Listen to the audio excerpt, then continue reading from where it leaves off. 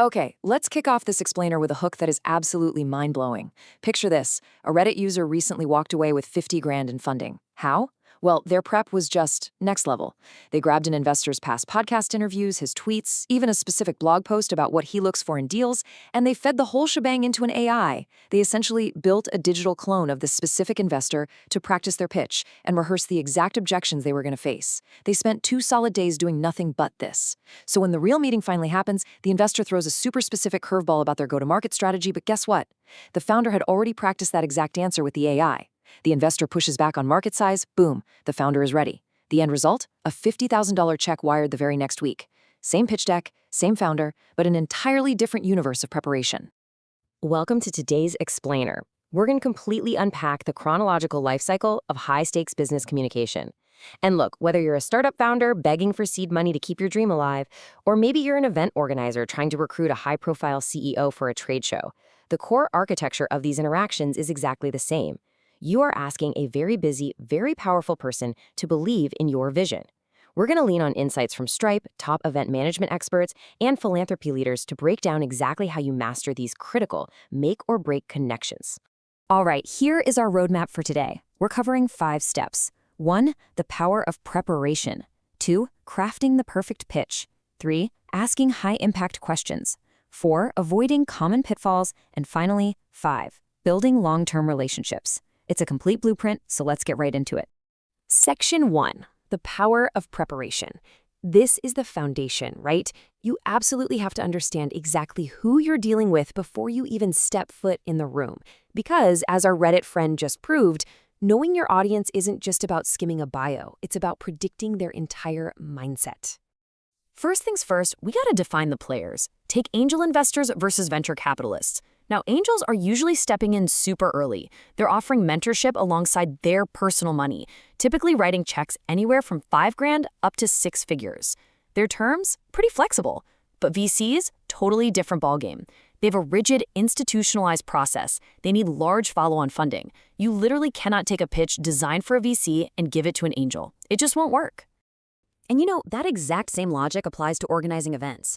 Think about guest speakers versus keynote speakers. You wouldn't ask a hyper-technical, deep-in-the-weeds industry expert to give a broad, motivational keynote address. Guest speakers are there to deliver highly targeted, specialized value. In fact, getting the right guest speaker for a specific subtopic can actually boost individual session attendance by a whopping 35%. You have to match the right person to the right role. Okay, so where do you actually find these folks, and how do you gather your intel? For investors, platforms like AngelList, Gust, or local groups like Tech Coast Angels are absolute gold mines. But honestly, don't stop there. Hit up alumni networks, go to industry meetups, and really dig into their digital footprint. Listen to their podcasts, read their hot takes on Twitter, scour their blogs. You need to gather enough data to do the kind of deep preparation that our Reddit user pulled off. That is the difference between a cold, ignored email and a targeted, winning strike. Moving right along to Section 2, crafting the perfect pitch. You've done all this amazing research, so now, how do you actually translate that into a strategic ask? How do you communicate your value? Well, the payment processing giant Stripe actually breaks the pitch down into this highly repeatable 5-step procedure. It's genius because it forces you to balance being incredibly brief with being totally packed with information. Step 1, understand your market deeply. Step 2, craft a pitch that hooks them in under 60 seconds. 3, showcase bulletproof financials. 4, highlight exactly why your specific team is uniquely qualified to pull this off. And 5, this is crucial, know exactly what your ask is. Vague asks get vague answers. Now, we have to look at this impartially. Taking angel funding, for example, is a massive balancing act of trade-offs. On the pro side, you get early-stage support, flexible terms, and honestly, invaluable mentorship from someone who's likely built a business before. But on the flip side, you have to weigh that against the cons. You're dealing with equity dilution, giving up some control, smaller capital limits, and the very real risk that the investor's timeline might not align with your own long-term vision. And when you are showcasing those financials we just mentioned, memorizing your core metrics is completely non-negotiable. You have to know your customer acquisition cost, the lifetime value of that customer, your churn rate, and your monthly burn rate. Having these numbers locked in your head proves your business model actually works, and it drastically lowers the perceived risk for the investor. If you stumble when they ask about your burn rate, honestly, you've probably already lost the room. Let's pivot to Section 3, asking high-impact questions. We're shifting gears from presenting your own data to extracting insights. Because the best high-stakes meetings, they are never just monologues. They are dynamic conversations. But wait, what if you are the one asking the questions?